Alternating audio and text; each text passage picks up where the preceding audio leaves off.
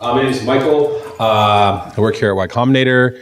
I help run the accelerator. Before that, I did 2 YC startups, one in 2007 and one in 2012. And today I'm going to talk to you about minimum viable product, so MVP. We always yell at founders to not use jargon, yet we have this whole set of stupid startup jargon, and MVP is one of them. When you think about an MVP, you should think about something ridiculously simple. This is the first thing you can give to the very first set of users you want to target in order to see if you can deliver any value at all to them. That's all it is. It's extremely simple. I know you guys got a talk last week about how to come up with ideas, how to come up with problems you want to solve. What I will tell you is that it is helpful to talk to some users before you decide to build your MVP. This doesn't mean you have to go into a 3-year kind of research situation, or you have to work in industry for 10 years. But some conversations are helpful. It's even more helpful if you're your own user, so you can tell whether your product's working for you. I always get this strange question of how do I get my first users, which always kind of confuses me, because theoretically you decide to solve a problem that you know someone has. So the way you get your first user is you talk to that person that you know has the problem. And if it's you, it's even easier. So if you are building a product for a mysterious set of users that you have no idea who they are, question that slightly, very slightly.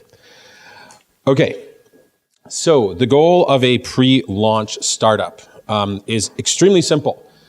Step 1, launch quickly. This is something that's been part of the YC ethos from the very beginning, and it's been great advice for 10 years, and it continues to be great advice. If you can walk away from one thing from this presentation, it's launch something bad quickly. That's it. Like literally the rest of what I'm going to say is basically going to be re-summarized versions of that same thing.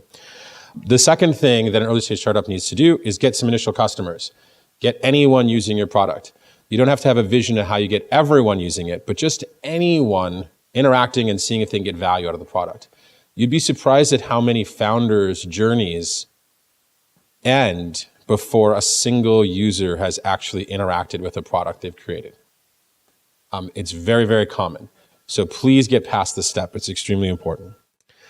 The next one is talk to your users, any of them, after you've launched this MVP, and get feedback. This is one that's also extremely common mistake, because most founders in their heads have an idea of what they want to build. And so they kind of have this weird feeling that if I haven't built the full thing yet, getting feedback on the shitty initial thing is kind of useless. Of course, it's not going to work. It's not the full thing. The full thing's going to take 3 years, $10 million, a whole team. So feedback on the little thing is useless. The reality is that in some ways, the full thing is this really awesome idea in your head that you should keep in your head, but it should be very, very flexible, because it might turn out the full thing that you want to build isn't what your customers want at all. So I have this saying, hold the problem you're solving tightly, hold the customer tightly, hold the solution you're building loosely. And last, most important, iterate. And I like to kind of distinguish between iterating and pivoting. A lot of founders, once they've figured out how to build something, fall in love with it. And so if it doesn't work for a certain set of users, they start thinking, well, I wonder what other problems this thing can solve. Well, you know, the screwdriver is not actually good at screwing in anything, but I wonder what other problems it could solve. And they're like, oh, maybe you can use it to cook. Maybe you can use it to clean. And it's like, no, like the problem was I need to screw something in. The user was like a mechanic. And if your screwdriver doesn't help the mechanic solve the problem, keep the mechanic, keep the problem. I need to screw something in, fix the fucking screwdriver. Like that's the thing that's broken, right? The broken thing is not the mechanic, and it's not the fact that they need to screw something in. So iterate, continue improving on your solution until it actually solves a problem. In most cases, most people should be building a very lean MVP. So by that we mean you should be able to build it fast in weeks, not months. This can either involve software, or honestly, we see startups just start with a landing page and a spreadsheet. But most startups can start very, very fast. Second, extremely limited functionality. You need to condense down what your user needs, what your initial user needs, to a very simple set of things. A lot of times founders want to address all of their users' problems and all of their potential users, when in reality, they should just focus on a small set of initial users and their highest order problems, and then ignore the rest until later. You should have a vision of everyone. You should have an MVP very small. All this is a base to iterate from. That's it. It's just a starting point. It's not special in any way. You just have to start. And so please make sure you don't feel like your MVP is too special. Okay, here is a classic example. This is one of Airbnb's first landing pages in 2008, I believe. One of the things that you might be interested in Airbnb's first product is that there were no payments. When you found a place to stay on Airbnb, you had to exchange money with the host in person. Needless to say, that was a pretty fucking big problem, but they started without payments. No map view. You know how when you search Airbnb, you can see where the house is in the city? You don't have that, sorry. And the person writing all the code, Nate, was working part-time, okay? So everyone tells these kind of magical stories about how everything was perfect from the beginning. Airbnb, not perfect from the beginning. The next one, Twitch. This was what Twitch looked like day one. Not very familiar. Well, maybe a little familiar. There's some video there and there's some chat there. Other than that, nothing else. Twitch launched as Justin TV, which was a online reality TV show. There was only one channel, Justin. You had to follow his life. If you didn't like his life, you had to leave the website. That's all there was. The video was extremely low resolution. It was funny. A founder asked me back in the day, wasn't it weird you guys had video in your apartment? Weren't there all these secret documents and things that people would be able to see? And it was you could barely recognize our faces, let alone documents that we had. And most importantly, there were no video games. No video games, except if we decided to play video games in our apartment. That was the only time video games ever appeared. And so, needless to say, you can do that quickly. When you think about Twitch, it's much more complex now. Last, Stripe, which wasn't Stripe. It was called /dev/payments, because why not? Let's make a name that's really easy to remember. This was Stripe day one.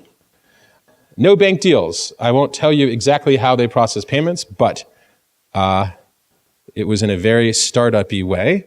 Almost no features. And even cooler, if you wanted to use Stripe, the Stripe founders would come to your office and integrate it for you. How nice is that? Half because they were just desperate to get anyone to use it, and half because it was a great way to find bugs before the users found bugs. Integrate yourself. So these are just 3 examples of extremely simple, extremely fast to build MVPs. All of these are billion-dollar companies, and they all started with something that most people would say is pretty shitty. In very few cases, you have to build a heavy MVP. I just invented that term, heavy MVP, when I made this presentation 2 days ago. So, maybe it becomes a thing.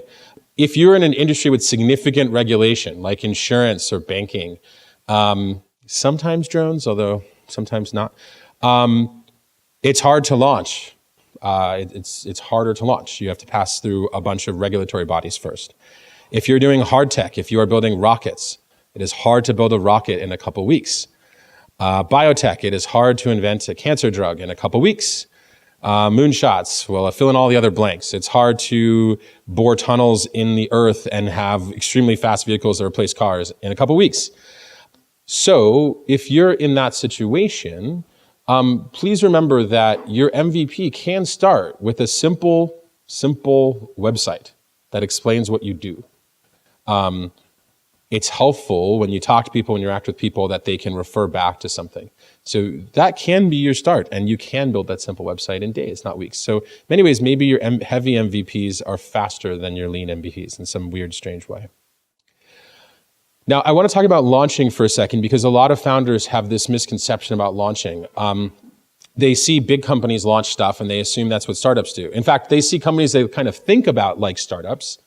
Facebook's not really a startup anymore, but they see them getting a lot of press and getting a lot of buzz and yada, yada, yada, and they have in their head that that's what a successful company looks like when they launch. Well, let me ask you this question. How many here remember the day that Google launched? No. How about Facebook? Okay. How about Twitter? No. Great. So it turns out that launches aren't that special at all. Okay? So if you have this magical idea of your magical launch you want to do, throw it away. It's not that special. The number one thing that's really important is to get some customers. So to make people feel better, let's use different terms. How about launch is when you get any customers? And how about like press launch? Press launch, really impressive, is when like people write about things and it's all exciting and you get all this buzz. Let's push the press launch off and let's push the get any customers launch really, really soon. That's our goal here. It's a lot harder to learn from your customers when they don't have a product they can play with. You know, you can talk to your customer all day, but you have no idea whether the thing you want to build can solve their problem. If you put the thing in front of them and it doesn't solve their problem, you know right away. And so all the research in the world is good, but until you can put something in front of people, you have no friggin' idea whether it's going to work. So spending all that time on a pitch deck is not as valuable as spending your time building anything that you can give to a customer. Finally, some hacks for building an MVP extremely quickly. First, time box your spec. So your spec is a list of stuff you need to build before you launch. Time box it. Say, okay, what happens if I want to launch in 3 weeks? Okay, well, the only things that can be on my spec are things I can build in 3 weeks. That makes your life a lot simpler. It allows you to remove all the features you can't build in 3 weeks. Second, write your spec. This seems really straightforward, but most people fuck this one up. It's really easy to change what you're working on before you ever launch it because you never write it down. You start working on something, you talk to a user, they say, oh, I would never use that. Or God forbid, you talk to an investor and they say, oh, that could never be a company because investors know everything. And so you decide to change what you're working on. And because you never wrote it down, you don't even really realize you're changing it. And so your 3-week plan turns into a 3-month plan. If you write shit down, at least you can be honest with yourself that you're changing your spec all the time. The next one is cut your spec. A week into your kind of 3-week sprint, you probably realize that you added too many things to your spec and you're not going to make your deadline. That's okay. Just cut the stuff that clearly isn't important. And if there's no non-important things, start cutting important things. Most of the goal here is just to get anything out in the world. Once you get anything out in the world, the momentum to keep anything going is extremely strong. If you don't have anything out in the world, it's very easy to just delay. And then last, don't fall in love with your MVP. So many people fall in love with the vision in their head, and none of the products I showed you before was the initial vision, what it ended up being. So please don't fall in love with your MVP. It's just step one in a journey. You wouldn't fall in love with a paper you wrote in the first grade. And that's the level of impact often your MVP has. Okay, that's the talk. I have a little bit of time for questions. Any questions? Perfect, no questions. Oh, go ahead. I'm finding talking to users, I have several segments. And of course, each one wants a particular thing and another one wants a particular thing. So the numbers are so small that they kind of even out. So Great question. So you talk to users and they have all these things that you want to build and there isn't a lot of overlap between them. So I will give you kind of the meta answer. Never ask users for features.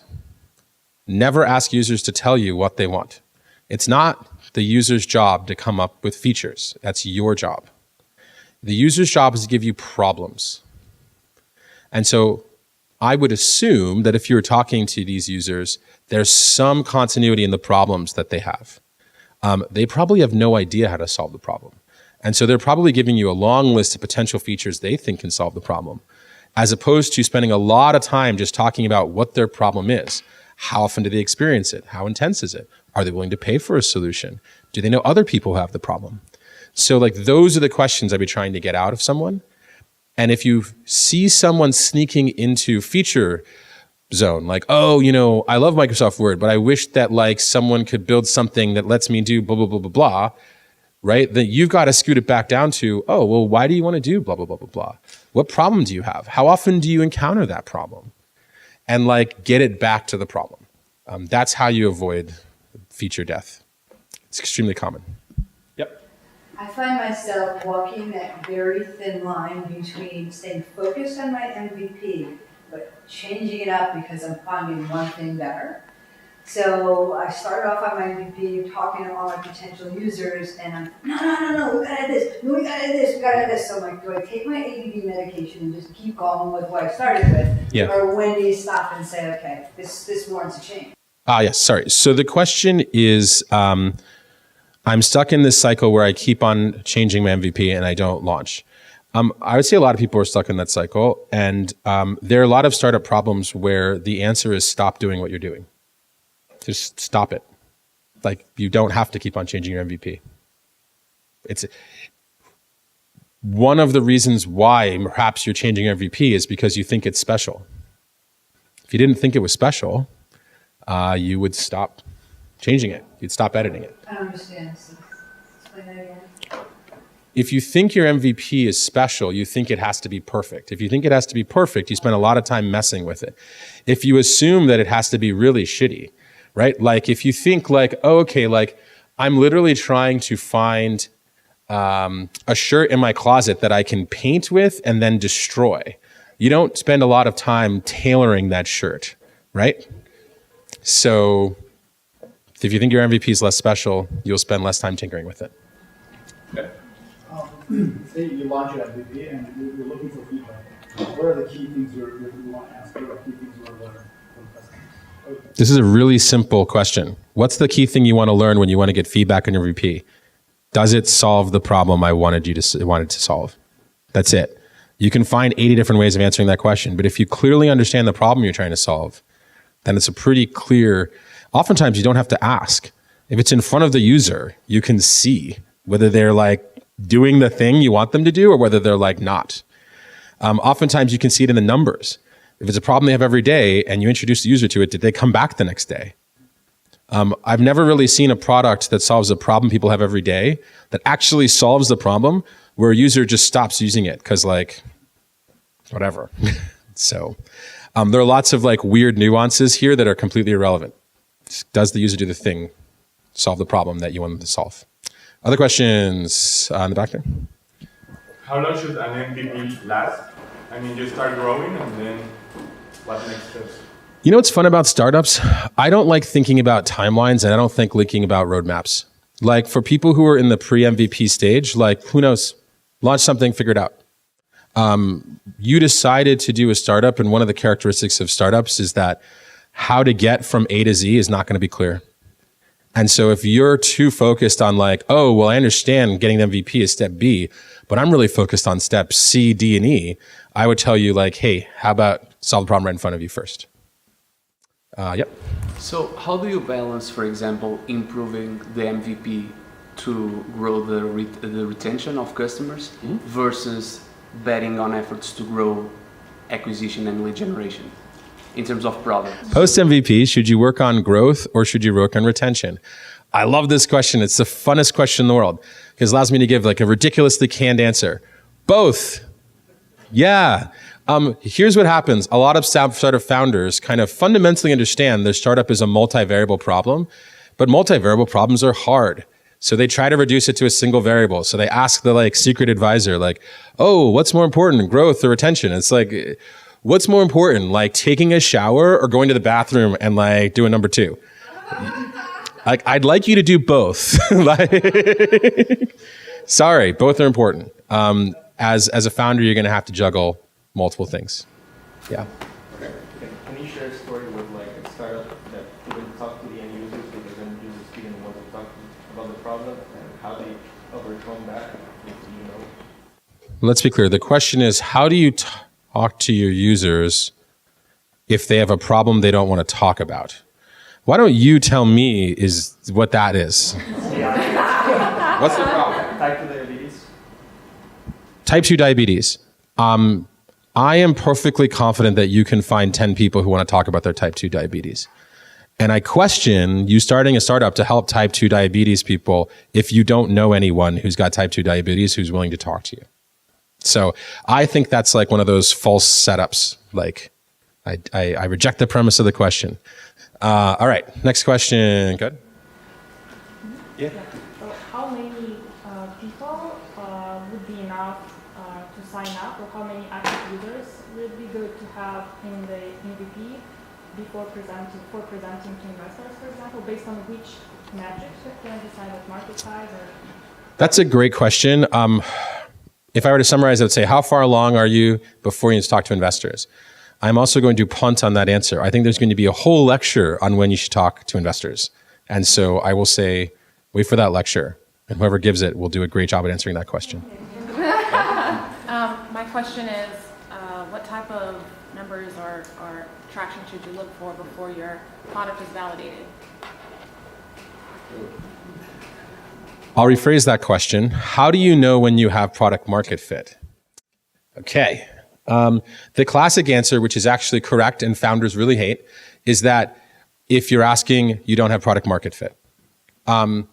What tends to happen when you have product market fit is that people start using your product so much, you transition from doing anything other than just keeping it online.